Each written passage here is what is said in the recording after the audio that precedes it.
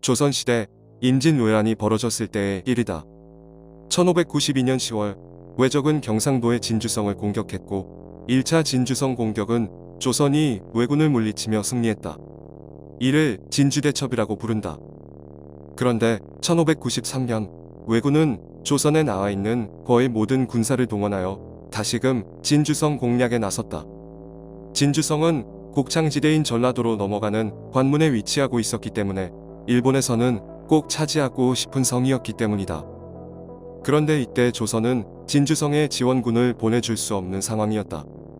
진주성에 모인 의병들과 백성들이 힘을 합쳐 싸웠지만 결국 전투에서 패하면서 진주성은 왜군에게 함락되었다. 이때 많은 백성들과 지휘관들이 목숨을 잃었다. 진주성에 진입한 왜군들은 많은 백성들을 학살하고 약탈했다. 그리고 왜장들은 승리에 도취되어 남강에 있는 촉성루에서 술판을 벌였다. 이때 관기였던 논개는 화장을 곱게 하고 촉성루가 세워진 암벽 아래에 있는 바위 위에 올라섰다. 바위 아래에는 강물이 넘실거렸다. 조금 떨어진 곳에서는 왜군들이 그녀를 바라보고 있었다.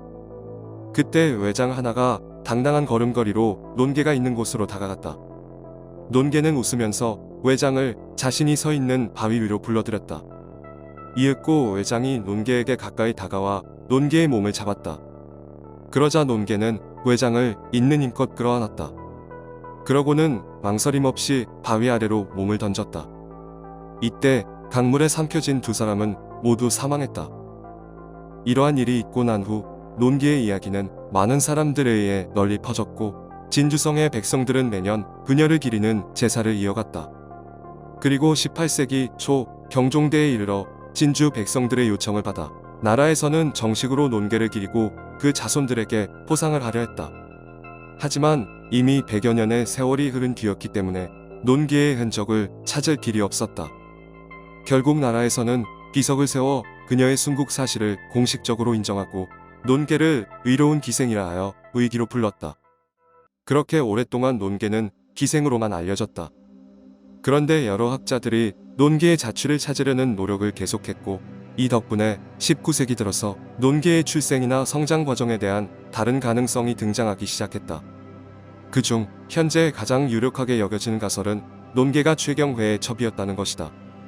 최경회는 임진왜란 당시 의병을 이끄는 지휘관이었으며 2차 진주성 싸움에서 전사했다.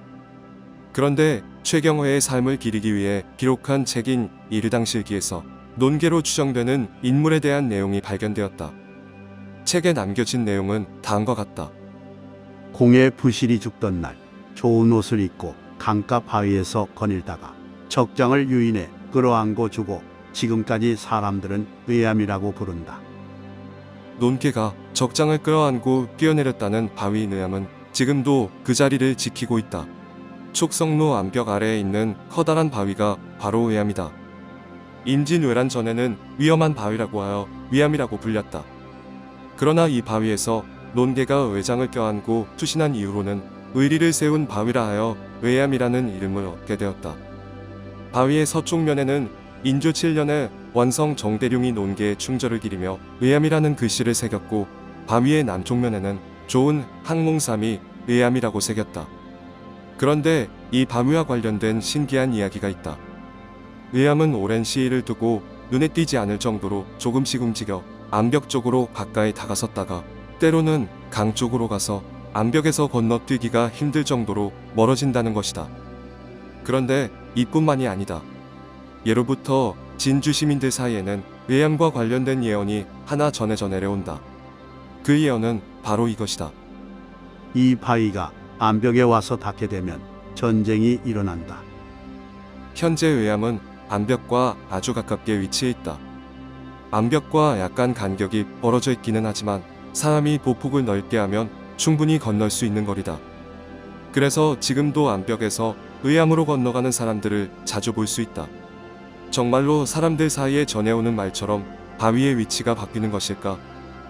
이에 대해 한 할머니의 말씀을 들어보자. 할머니는 이 근방에서 나고 자라 이곳에서 60년 이상을 살아오신 분이다. 내가 어렸을 때는 의암까지 배를 타고 건너갔어. 옛날부터 그 바위가 절벽에 붙으면 천지개벽이 일어난다고 했지. 그런데 이와 비슷한 증언은 또 있다. 진주가 고향인 한 남성의 이야기를 들어보자.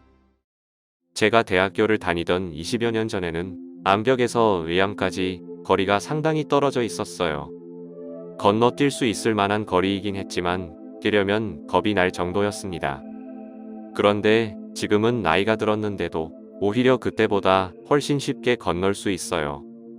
의암이 암벽 쪽으로부터 더 가까워진 거죠. 사람들의 증언에 따르면 의암은 점점 암벽 쪽으로 가까워지고 있다. 그렇다면 이는 전쟁이 멀지 않았다는 뜻이 되는 것일까? 참고로 임진왜란이 벌어졌을 당시에도 의암은 암벽과 가까이 붙어 있었을 것이라고 추정할 수 있다. 임진왜란 당시 논개가 의암 위에 혼자 가서 서 있을 수 있었고 그 다음 외장도 논개를 따라 쉽사리 그 바위 위로 갈 수 있었던 것으로 미루어 보면 말이다. 지금도 이곳에 오면 의암과 암벽 사이의 거리를 꼭 유심히 살펴보게 된다는 사람들이 여전히 많다. 암벽에 와서 닿으면 전쟁이 일어나게 된다는 의암 바위. 오래전부터 사람들 사이에 전해져 내려온 그 이야기는 과연 사실일까?